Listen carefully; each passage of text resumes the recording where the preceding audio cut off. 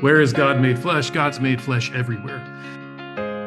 The real pressing question, I think, for us as spiritual directors and in our own spiritual life is how do we access that? How do we access that in our own lives? How do we become aware of it and consciously experience the presence of God in the enfleshment of the divine in our own lives and in the living creatures around us? So that's what I want to explore. Um, Over the past few hundred years, the locus of Christian spirituality has changed from our hearts to our heads, from this world to the next world. And there's lots of reasons for that. There's lots of reasons for that around culture, economy, industrial economy, philosophy, politics, patriarchy, domination, all those things. But I'm not going to get into that. It's not going to be a history of Western civilization. But if you ask someone on the street what they think Christianity is, it's about what goes on in your head in just the popular imagination and understanding. And it's about what happens to you after you die. So we've lost some of this core understanding of what it means to be a Christian. There is, in my experience, a desire. That's would be Gregory of Nyssa's word. I think that we could call it a hunger, um, a thirst. These are words that Jesus is using in the Gospels for a spirituality that grows out of our relationship with the natural world. I hear it in directees. I hear it in my casual conversations. I'm the executive director of a camp and conference center. We have about 8,000 people moving through here every year. I'm hearing it from them. There is a hunger to reconnect our bodies and our souls, our flesh and our spirit. Um, and this desire to reintegrate our spiritual lives with our lived experience. This we might also call embodiment. We hear that word an awful lot these days. Is a return to an ancient form of Christianity. So this longing that I'm hearing, that you may be hearing in your own directees, in your own life, for this kind of embodied spirituality, a return to the connection to nature, is actually pointing us in a direction back to the ancient church. So we're not necessarily claiming some new thing. We're reclaiming something very old. It's been my experience that people, they want something old, but not the same old thing. And that's leading them to something authentic, which is an important word, I think. This theological word that we use for that, right, is incarnation. I would probably I would very rarely ever use that word in spiritual direction, but it names the experience that we're talking to, this fusion of body and spirit. Over and over again, I'm hearing for years, I hear in people that I sit with, that I companion, that I listen to, this longing for some honest to God, authentic connection with the natural world. I was talking with one fellow, a young father with special needs kids, and it had been a long week, and it was January, and it was dark, and he was trying to get the kids out of the city street parking to out of the car and into the house. And he said that he looked up and he saw this tree silhouetted against an orange setting sun. And he said, for just this brief moment, seeing that tree against that sunlight made me feel less closed in, a little bit less claustrophobic. It opened up, I just had this flash that the cosmos is so much bigger than what I'm experiencing in my life. That didn't change his life. It didn't last forever. It wasn't one of those unitive experiences that William James talks about. But you know what? It got him through the night. And it was nature that did that knocked on the door of his soul, and he opened it up for just a second and felt some deeper connection. There's a young man who in direction was talking about the feel of the earth against his feet when he walked through the woods. And he was describing this experience of he just been for the past few months been doing a lot of walking through the woods, hiking more than he'd ever done before. And then the conversation switched where he was just talked about 15 minutes on the scarlet tanager that was making a nest outside his back porch and the ruby-throated hummingbirds. And I was really jazzed, like this guy's getting it. He's got the nature connection. And then I just asked some more of the evocative questions of say more about that. What do you think that's about? I'm curious about this. And after a few of those questions, he just started to cry. And he disclosed that he had experienced a betrayal in his primary relationship. And he realized in the course of this conversation that his turn to nature was a quest for intimacy, this desire to have some kind of authentic experience with other living beings, and these animals, the earth itself pushing back against his body, that feeling of stability of walking and being grounded literally, was doing something in his soul. And he was able to recognize that connection between nature and the healing that he longed for deep inside. Nature is not just a relationship that we have, but it's also a broken relationship. And, psychologists, sociologists, anthropologists, evolutionary biologists, theologians, ancient mythic scriptures, they're all telling us that as human beings, the fullness of our experience is being located in a landscape, that the earth and all living beings shape what it means to be a human being. And somewhere in our pre-modern psyche or our soul, we know that. We know that to be true. And in my experience, there's lots of us who are experiencing a deep grief of a much diminished world, that this world is not once what it once was. The fecundity is compromised. And there's a grief there. Oftentimes we don't quite know it because it's so woven into our DNA as human beings, and we are so disconnected from it in the modern world. But it shows up. It shows up oftentimes in longing, in desire, in a restlessness, in a discontent. So, what are the ways that we experience this union of flesh and spirit? How do we, what's it? How do we access this divine flowing through us? One of the things I don't ask much of people that I companion. I would love for them to show up on time, but I leave that as an option. And call if you can't make an appointment. But I do ask that they engage in some kind of meditation, some kind of contemplative practice. However that's going to look to them, whatever method or model they want to use, that they just think about doing it regularly, even if they can never get there. And in all the meditation practices that I'm aware of different ways of doing this, we almost always talk about the breath as a way of centering ourselves, centering our spirits, centering our hearts. And so I just want to offer that breath is not simply a technique for meditation, but it is meditation in and of itself. That what we're doing when we're breathing is we are being alive. It's a fundamental experience of being alive. And to be alive is a spiritual experience.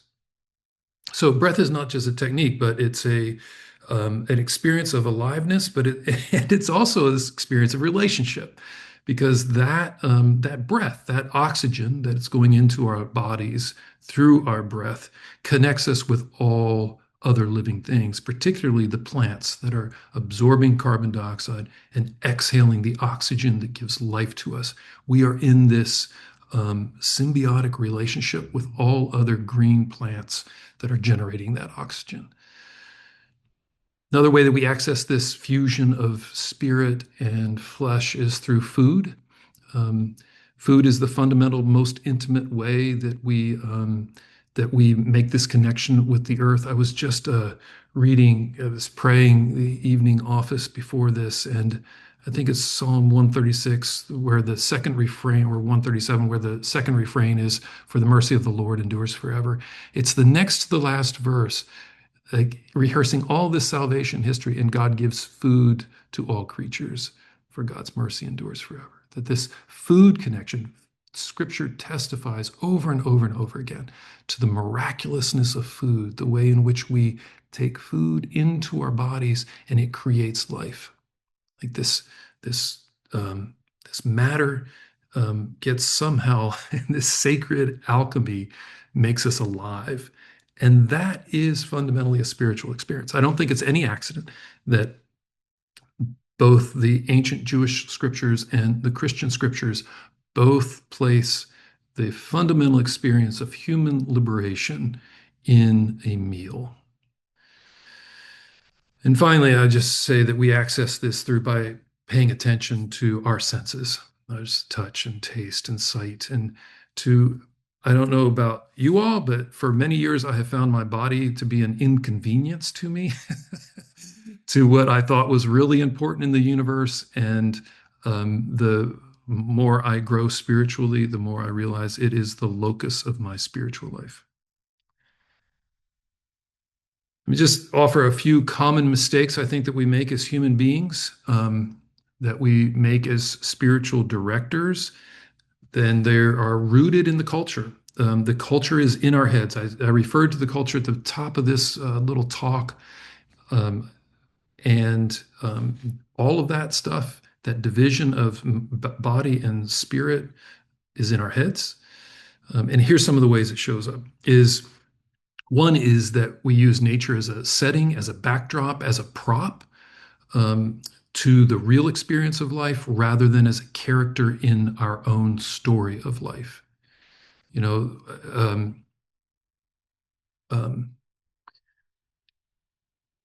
some great Hebrew scholars say that land is the main character of the Hebrew scriptures, not God, not the people of Israel, but the land. It's not a backdrop. It's the main character of the story. Another thing that we do is that we often think that we can only have relationships with sentient creatures that are fully sentient, particularly mammals, ones that we can look into their eyes, or even for some of us, it's only with humans that we can have these relationships. But we are all connected. We are connected to all living things, and those relationships extend everywhere. Another thing that we often do is we see nature as a metaphor for what is really real.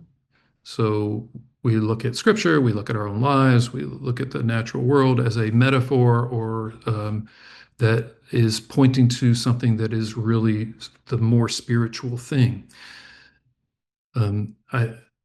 There's a passage from Isaiah or Jeremiah where he says, "You are the fountain of living water." And Jesus talks about these same kind of metaphors, bread and water, light. But maybe they're not metaphors. Maybe God is actually light. Maybe God is also actually water. Maybe God actually is bread.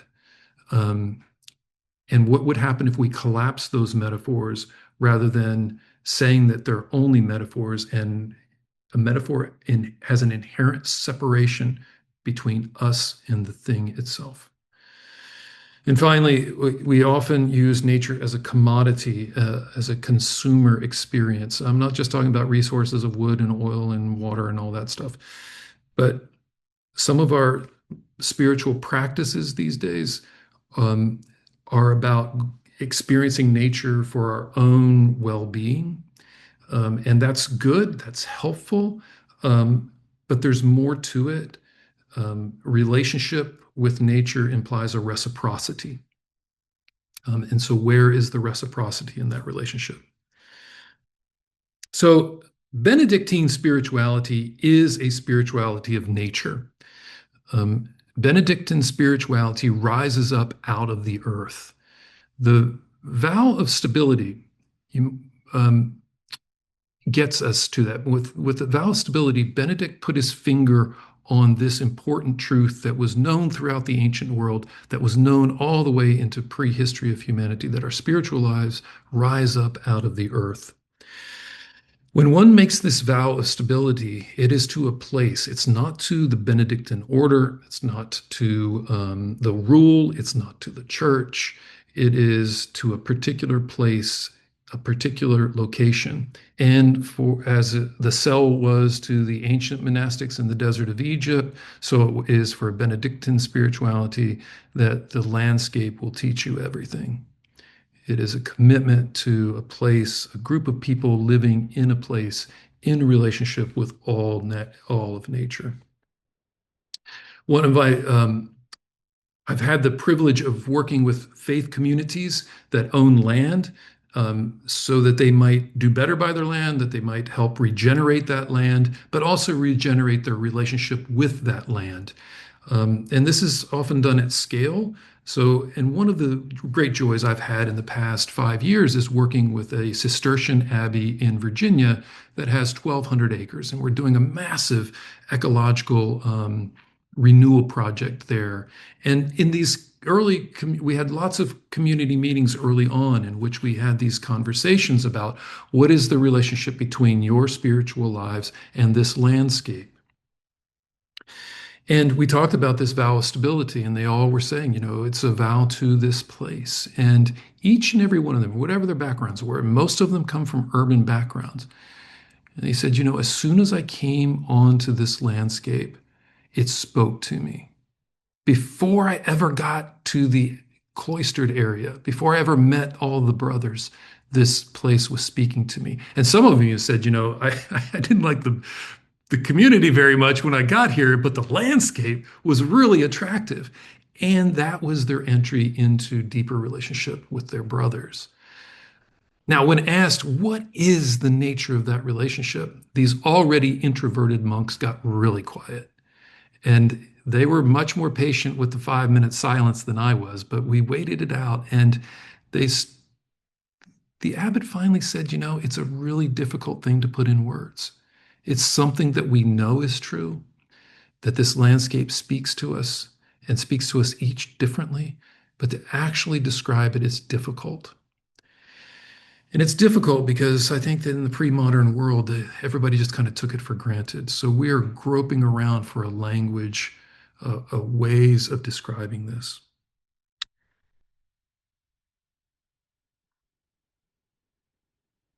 The ancients in the Christian tradition said that to pray is to be a theologian, and to be a theologian is to pray.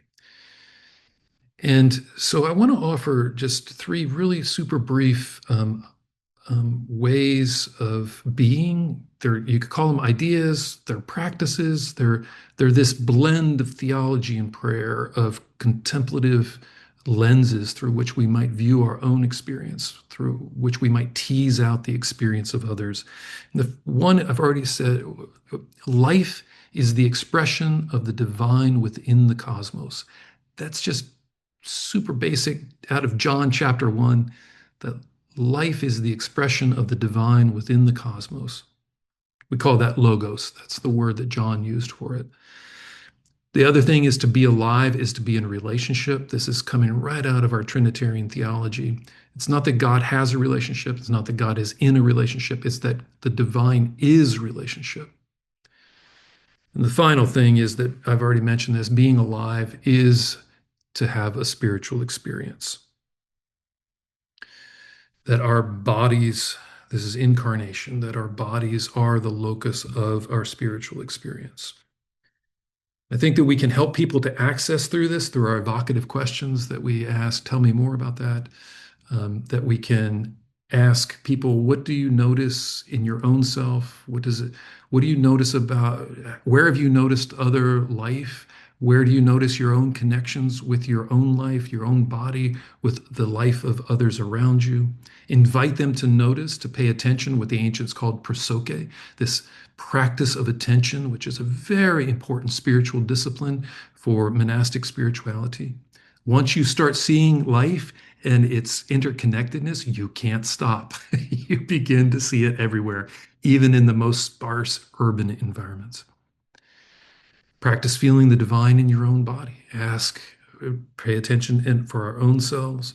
Invite directees to pay attention to the divine in their own bodies. Not necessarily their thoughts about that, which are important, but where are you experiencing that? And then offer new perspectives on being alive. I gave you 3 possibilities of paying attention to biological life, our own and that. I keep pointing out here, there's a grove of pin oaks right out my window that are mature and just beautiful. So that's why I'm looking out there. This life that's all around us, that biological life, according to good Christian theology out of John chapter 1, is an expression of the Logos. That all living things, all us and every other creature, sentient, plant, whatever it is an expression of the divine. Our relationships with all other living things, with one other, humans, this is divine in and of itself. And God is not something you're trying to get, something outside that you're seeking, but something that's already within you. And the question is, how can we pay more attention to the divine that is already flowing through us, is actually our very life? That's I pushed a lot of hay off that wagon. If there's one, I've said a lot. I probably said too much. If there's a forum in which I can recant some of this, I might. But the thing I most want you to remember is that to be alive is a spiritual experience. It's not something that we have to go seeking. It is already in us. It's biological, it's relational, it is divine. That being alive is a spiritual experience. That's basic incarnational theology.